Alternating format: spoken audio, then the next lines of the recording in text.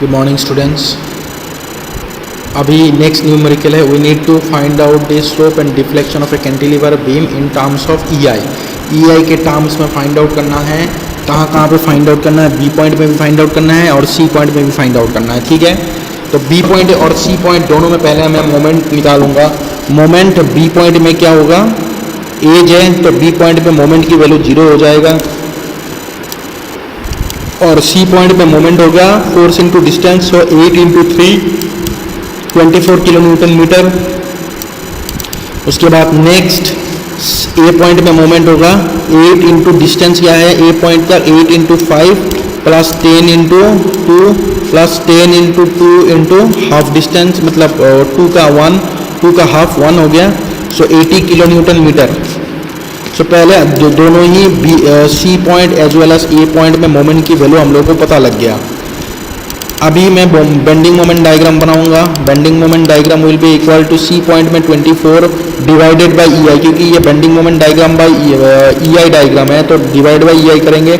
So 24 by EI, यहाँ पे हो गया 80 बाई ईआई और यहाँ से लेके यहाँ तक स्ट्रेट होगा लीनियर, क्योंकि यहाँ पे कॉन्सेंट्रेटेड लोड है। लेकिन सी पॉइंट से लेके ए पॉइंट तक हम लोग पैराबोलिक डायग्राम बनाएंगे। क्यों बनाएंगे? क्योंकि यहाँ से लेके यहाँ तक हम लोग के पास यूनिफॉर्मली डिस्ट्रीब्यूटेड लोड है। अब अगर मुझे फाइंड आउट करना है सी पॉइंट तक, सी पॉइंट में मुझे फाइंड आउट करना है स्लोप, तो मैं फाइंड आउट करूँगा area of the rectangle 1 and area of 2, area of figure 1 and area of figure 2, that is rectangle and triangle. अगर बी पॉइंट में मुझे फाइंड आउट करना है स्लोप, तो मैं area of 1 plus area of 2 plus area of 3 तीनों ही figure का मैं एरिया सम अप करूँगा। अब देखना ये है एरिया एट सी पॉइंट में एरिया क्या हो जाएगा?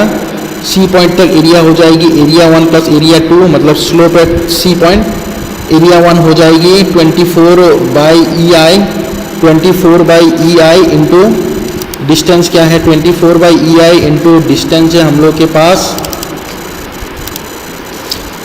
उसके बाद सी पॉइंट में मुझे एरिया फाइंड आउट करना है। सी पॉइंट में एरिया हो गया आपका, area at the C point will be equal to area 1 and area 2 दोनों के एरिया मल्टीप्लाई करना है। जैसे इसका एरिया हो गया 24 बाई ई आई इंटू ये जो डिस्टेंस है, ये डिस्टेंस क्या है? ये डिस्टेंस है आपका 2 मीटर, so 24 by E I into 2। और जो दूसरा सेक्शन नंबर 2 है उसकी एरिया हो गया पैराबोला की 1/3 इंटू बेस क्या है 2 इंटू हाइट, हाइट हो गया 80 minus of 24 by E I. So section number 1 और सेक्शन नंबर 2 के एरिया हम लोग को फाइंड आउट करना है up to the C point. Similarly B point में एरिया क्या हो जाएगी? अगर मुझे स्लोप फाइंड आउट करना है बी पॉइंट में, तो slope at B point will be equal to, B point में अगर मुझे स्लोप फाइंड आउट करना है तो बी पॉइंट तक एरिया क्या हो जाएगा? 1 की एरिया, 2 की एरिया और तीनों के एरिया, इन दोनों का एरिया पता है मुझे क्योंकि मैंने सी पॉइंट तक एरिया फाइंड आउट किए थे। अब मुझे फाइंड आउट करना है बी पॉइंट में एरिया, मतलब थर्ड एरिया भी फाइंड आउट करना है। तो area of this triangle will be equal to half into, इसके लेंथ क्या है? Half into 3 metre, so half into 3 into 24 by E I. So finally the slope at B point भी आ गया है हम लोग के पास, as well as the slope at the C point. So the slope at the B point is equal to 48 by E I plus 36 by E I plus 37.33 by E I equal to 121.33 by E I, and slope at C will be equal to 85.33 by E I. ये हो गया slope at B and slope at C. Similarly, we need to find out the slope and deflection at B and C point. B and C point में deflection and slope find out करना है। अब B point में deflection की value क्या हो जाएगा? B point में deflection हो गया आपका एरिया, जो B point तक मुझे deflection अगर find out करना है तो ये B point हो गया, तो तीनों के एरिया इंटू सेंट्रोइडल डिस्टेंस मुझे मल्टीप्लाई करना है। तो पहले ये जो सेंट्रोइडल डिस्टेंस है, पहले फिगर नंबर 1 का, फिगर नंबर 1 की एरिया जो है, एरिया के साथ मैं ये डिस्टेंस मल्टीप्लाई करूँगा। फिगर नंबर 2 का सेंट्रोइडल डिस्टेंस मैं यहाँ से लेके यहाँ तक मल्टीप्लाई करूँगा एरिया नंबर 2 के साथ, और एरिया नंबर 3 जो है एरिया के साथ मैं मल्टीप्लाई करूँगा सेंट्रोइडल डिस्टेंस, और हर एक मैं कहाँ से सेंट्रोइड से लेके बी पॉइंट तक डिस्टेंस को मल्टीप्लाई कर रहा हूँ बी पॉइंट के लिए। So deflection at B is equal to area of पहला area half into 3 into 24/EI triangle की एरिया है, इंटू जो फिगर नंबर 3 है उसकी एरिया है, into 2/3 of 3 centroidal distance, plus parabola की area 1/3 into 56/EI into 2 into 3/4 of 2 plus 3 metre और 3/4 of 2 metre multiply किया। उसके बाद नेक्स्ट रेक्टेंगल की है फिगर नंबर 1 48/EI, ये पूरा रेक्टेंगल की एरिया है into centroidal distance into 3 metre plus 2/2 मतलब 1 मीटर, 3 + 1 = 4 मीटर हो गया। So deflection at the B point will be equal to 431.99 divided by EI। Similarly deflection at C is equal to 48/EI into 1, ये हो गया rectangle के area 48/EI into half distance किया multiply centroidal distance plus area of the parabola 37.33/EI into parabolic मतलब into centroidal distance, that is centroidal distance क्या है आपका 3/4 of 2, सो 3/2 बन गया है। सो फाइनली हम लोग के पास वैल्यू आ चुका है, deflection is equal to 103.995 divided by EI will give us the deflection at C point. उसके बाद next numerical, find out the slope and deflection at B point and C point of the given beam shown in figure by moment area method. देखिए ये numerical same है जैसे मैंने अभी last में किया मतलब प्रीवियसली किया था, यहाँ पे सिंपल बेंडिंग मोमेंट डायग्राम बनाना, लेकिन डिफरेंट क्या है इस न्यूमेरिकल में, डिफरेंस यही है कि यहाँ पे मोमेंट ऑफ इनर्शिया I है, यहाँ पे मोमेंट ऑफ इनर्शिया 2I है, मतलब दोनों सेक्शन में मोमेंट ऑफ इनर्शिया की वैल्यू डिफरेंट है। अगर डिफरेंट होते हैं तो पहले तो हम लोग बेंडिंग मोमेंट फाइंड आउट करेंगे। Bending moment at C point will be equal to 5 × 2 10 kN/मीटर and bending moment at the A point will be equal to 5 into distance क्या है यहाँ से लेके यहाँ तक 5 × 4 प्लस 10 से लेके डिस्टेंस क्या है प्लस द 10 × 2 = 40 kN/मीटर। So bending moment C point में भी फाइंड आउट कर लिया हम लोगों ने, A पॉइंट में भी फाइंड आउट कर लिया, और B पॉइंट में बेंडिंग मोमेंट की वैल्यू हो जाएगी आपका 0 क्योंकि ये एज है, एजेस पे हम लोग की बेंडिंग मोमेंट कैंटिलीवर बीम्स में 0 होते हैं। उसके बाद मैं बेंडिंग मोमेंट डायग्राम बनाऊंगा, ये हो गया आपका बेंडिंग मोमेंट डायग्राम। सो यहाँ पे 0 है, यहाँ पे 0 है, यहाँ पे 10 है और यहाँ पे लास्ट में हम लोग के 40 है।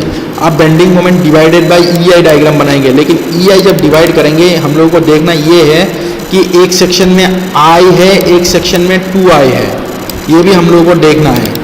तो जैसे हम लोग I and 2I देखेंगे, देखना यहाँ पे हो गया आपका 10 यहाँ पे हो गया B and C, यहाँ पे हो गया 10/EI, यहाँ पे हो गया 10/EI और यहाँ पे आपका हो गया है B और C 10/EI हो गया।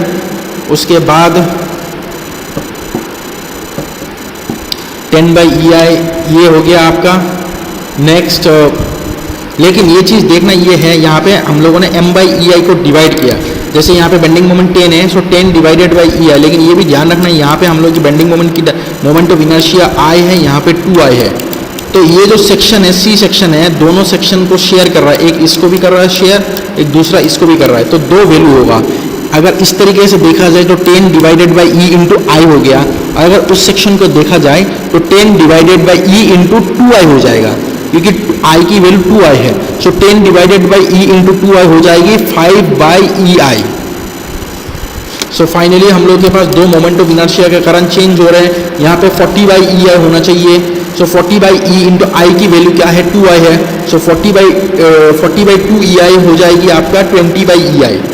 तो ये हो गया फाइनल हम लोग की M/EI डायग्राम। अगर M/EI डायग्राम हम लोग के पास अवेलेबल है तो हम लोग अभी स्लोप फाइंड आउट करेंगे एंड डिफ्लेक्शन फाइंड आउट करेंगे। Slope at the B point will be equal to, B point में स्लोप की वैल्यू क्या होगा, A से लेके B तक हम लोग एरिया निकालेंगे। कौन कौन सी एरिया हो जाएगी, एक हो गया इसका एरिया और दूसरा यहाँ पे दो फिगर बनी है, एक दूसरा और तीसरे, तीन फिगर बनी है, तीनों के हम लोग एरिया निकालेंगे। पहले एरिया हो गया हाफ इंटू 2 इंटू 10/EI इसके एरिया।